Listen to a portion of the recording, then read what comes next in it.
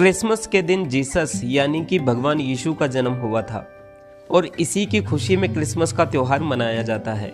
Santa Claus के बिना Christmas बिल्कुल अधूरा है। छोटे बच्चों के लिए तो सेंटा ही उनके भगवान है। क्या आपको पता है कि सेंटा आखिर है कौन, क्यों वो बच्चों को गिफ्ट बांटते हैं?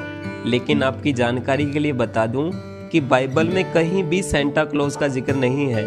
हालांकि सेंटा खुद जीसस नहीं है। क्या आपको पता है कि सेंटा का असली नाम सेंट निकोलस था? सेंट निकोलस का जन्म 3री सदी में जीसस की मृत्यु के 280 साल बाद हुआ था। सेंट निकोलस के माता पिता का देहांत बचपन में ही हो गया था। सेंट निकोलस ने अपना पूरा जीवन मानव जाति को समर्पित कर दिया था।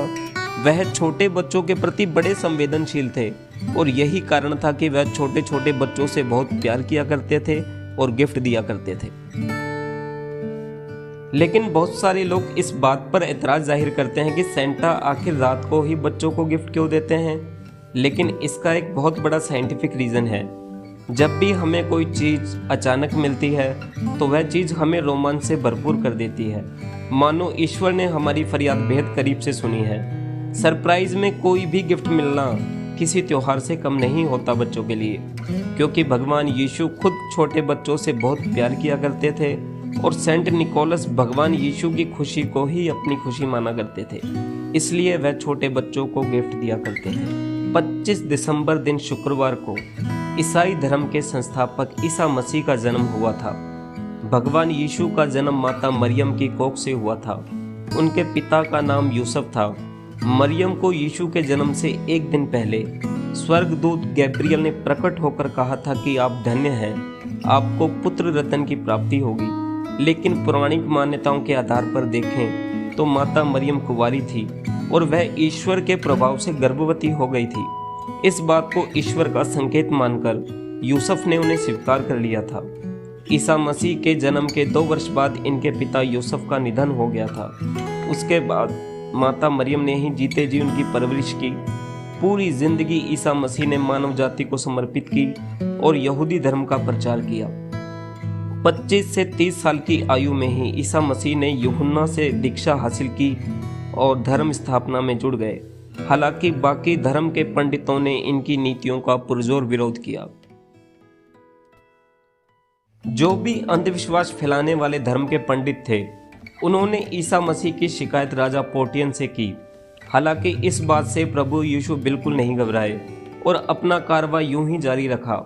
रोमन के गवर्नर पिलातुस को लगा कि अगर भगवान यीशु को नहीं रोकते तो यहूदी क्रांति कर सकते थे। इसी वजह से प्रभु यीशु को मौत की सजा दी गई। जिस दिन यीशु को क्रॉस पर चढ़ाया गया उस दिन फ्राइडे का दिन था। प्रभु यीशु को जब क्रॉस पर चढ़ाने के बाद जब उनकी मृत्यु हो गई थी तब उन्हें कब्र में दफना दिया गया था। लेकिन 3 दिन बाद संडे को प्रभु यीशु कब्र में से पुनर्जीवित हो गए। इस वजह से उस संडे वाले दिन को ईस्टर संडे के नाम से भी जाना जाता है। यहूदियों ने यह चमत्कार अपनी आंखों से देखा तो उनके भक्तों ने उनके विचारों को आम जन तक पहुंचाया। उस समय एक नवीन धर्म की स्थापना हुई थी जिसे ईसाई धर्म का नाम दिया गया और इस धर्म की मान्यता न कि कुछ देशों में बल्कि पूरे विश्व में इस धर्म को विशेष दर्जा हासिल है। कब्र से जीवित होने के बाद प्रभु यीशु करीब 40 दिन तक जीवित रहे और उसके बाद वह सीधा स्वर्ग चले गए। हालांकि बहुत से इतिहासकारों ने प्रभु यीशु की जीवनी का वर्णन अपने अपने तरीके से किया है। इसी प्रकार हम भी संकल्प लें और भगवान यीशु के विचारों को अपने दिल के अंदर बसाकर अपने जीवन को मानव जाति की सेवा में लगाएं ताकि हम भी खुशहाल जिंदगी जी सकें। तो बच्चों, आप भी तैयार हो जाओ। लाल कपड़े पहने हुए और सफ़ेद लंबी दाढ़ी में आप सबके प्यारे सेंटा क्लॉज हो करते हुए क्रिसमस की रात को आपके लिए गिफ्ट लेकर आ रहे हैं। एक बड़ा सा बैग होगा जिसमें बहुत सारे गिफ्ट होंगे। हाथ में एक बड़ी सी बेल लेकर उसको हिलाते हुए बजाते हुए छोटे छोटे नन्हे बच्चों को सरप्राइज गिफ्ट देंगे। कुछ बच्चे तो वो हैं जिन्होंने सांता क्लॉज को कई बार देखा है और उनसे मिले भी हैं। आप सबकी लंबी उम्र की कामना करते हुए सेंटा क्लॉज हर 25 दिसंबर को आपके घरों में दस्तक देगा, जिसे देखकर आप रोमांच से भर जाएंगे। आइए सब मिलकर बोलेंगे मैरी क्रिसमस।